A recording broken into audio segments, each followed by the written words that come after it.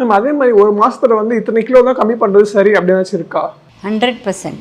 இப்போ வந்து நிறைய சோஷியல் மீடியாவில் போடுறாங்க, நாங்கள் 5 கிலோ குறைஞ்சோம், இப்படி குறைஞ்சோம், அப்படி ஒரே குறைஞ்சோம். அது மாசத்துல இத்தனை ஹெல்த்தி கிலோ கிடையாது. கம்மி பண்ண அப்படின்றாங்க. அது ஹெல்த்தி கிடையாது. ஒரு மாதத்துக்கு 2 to 3 கிலோஸ் மேலே குறையிறது அவ்வளோ ஹெல்த்தி கிடையவே கிடையாது. ஏன்னா வெயிட்டு போட எவ்வளோ வருஷம் ஆச்சு, அதுக்கு பாதி டைமாவது அது குறைக்க கொடுக்கணும். ஏன் அப்படின்னா, எந்த டயட்டில் உங்களுக்கு 5 கிலோ குறையும்? வெறும் ஜூஸ் டயட், இல்லை வெறும் தண்ணி டயட், இல்லை வெறும் அந்த மாதிரி ஃப்ரூட்ஸ் மாத்திரம் சாப்பிட்றது. நம்ம ஒரு நாளைக்கு 5 வித உணவு சாப்பிடணும். நம்ம 5 விரல் மாதிரி 5ம் முக்கியம். ஒன்று ரைஸ் மாதிரி இருக்கிறது, ரெண்டாவது ப்ரோட்டீன் புரத சத்து உள்ள உணவு, பருப்பு இல்லை ஃபிஷ், சிக்கன், எக்கு, அப்புறம் 3வது வெஜிடபிள்ஸ், 4வது ஃப்ரூட்ஸு, 5வது பால்.